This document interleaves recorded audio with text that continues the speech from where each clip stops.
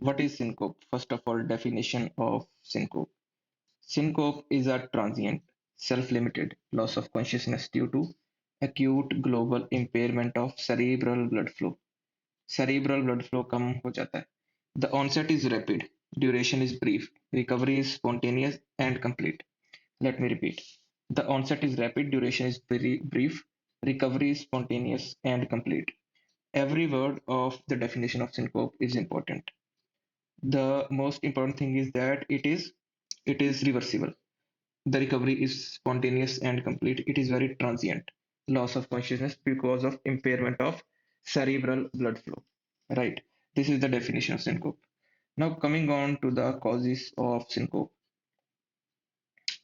See, the etiology of syncope has been, broadly divided into three major categories.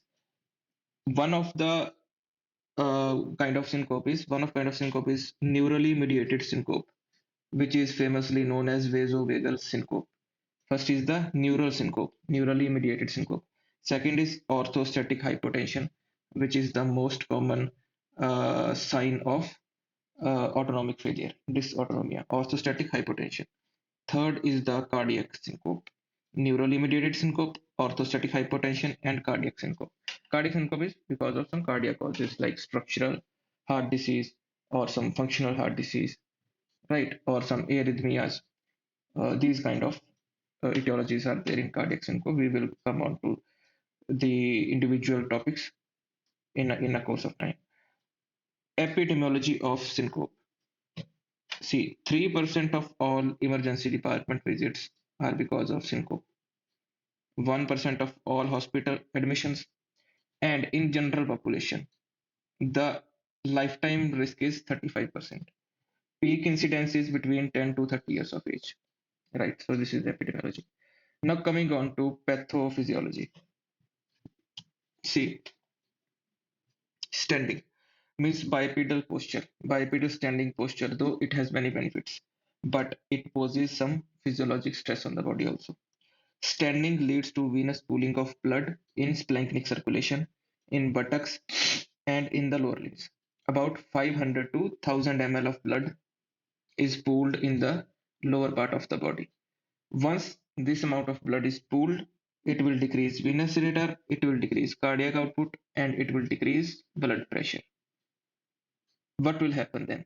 Physiologically or normally, once BP decreases, there is initiation of compensatory reflex responses, which are mediated by baroreceptors, which are present in carotid sinus and aortic arch, right? Aortic arch and the baroreceptors present in carotid sinus. This is the carotid sinus, right? And this is the arch of aorta. These two places are where the baroreceptors are located. Once baroreceptors are stimulated because of decreased BP in aortic arch and decreased BP in the carotid sinus, what will happen? These baroreceptors, they will somehow, through very complex mechanisms, they will increase sympathetic outflow from the central nervous system, and they will decrease vagal tone, which is also again from the central nervous system. What are the parts involved? What is the physiology? How the neurocircuits work? That will we will see in a few minutes. But uh, we have to remember that once baroreceptors are activated, they will increase the sympathetic flow and decrease the vagal tone. Or what is vagal tone? It is parasympathetic flow.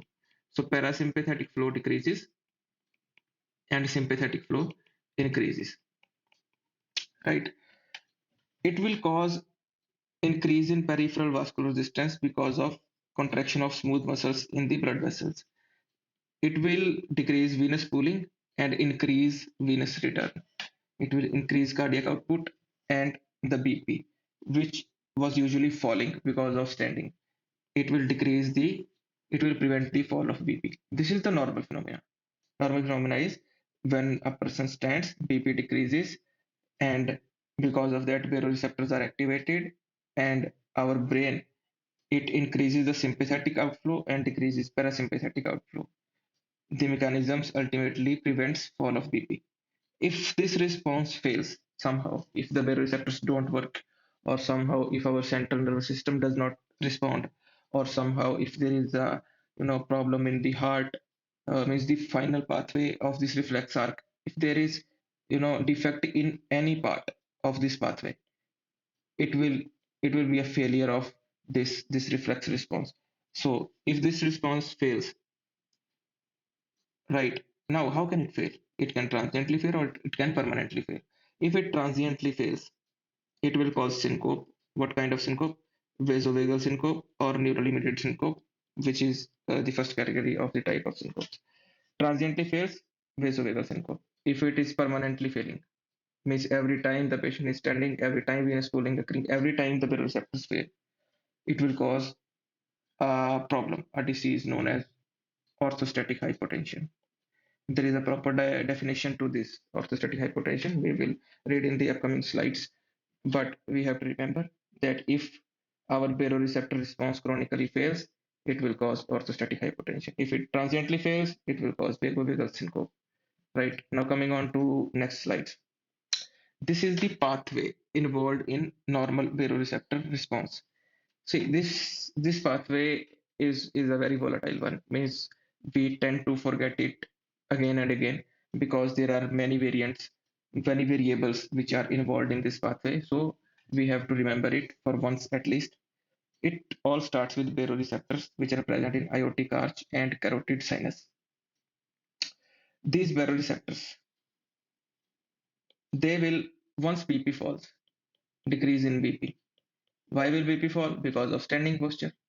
A person stands, BP falls, and baroreceptors are, kind of activated. Once they are activated, they will decrease their impulses to the nucleus of tractus solitarius in the dorsomedial medulla.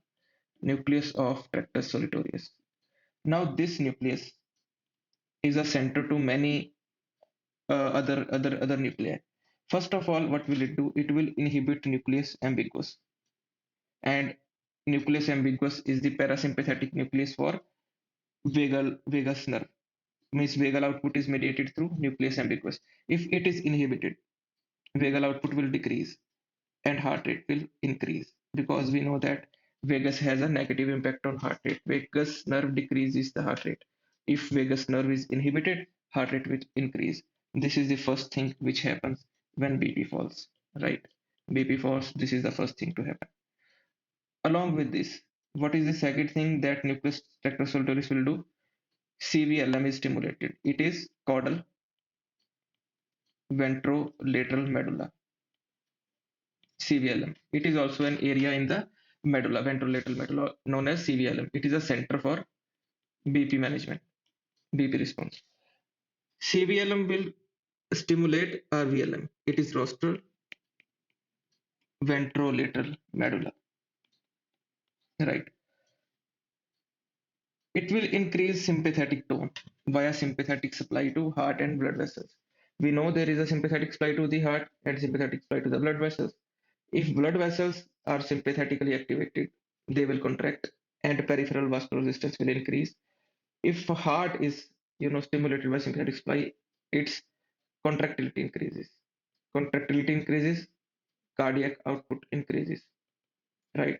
So this is the second phenomena that occurs via nucleus of tractus solitarius to CVLM, and again sympathetic tone is increased. Now CVLM has other function to do also. Again, it is when it is stimulated by NTS, nucleus tractus solitarius, CVLM stimulated. There are A1 neurons which are present in the medulla. A1 neurons, they supply the hypothalamus.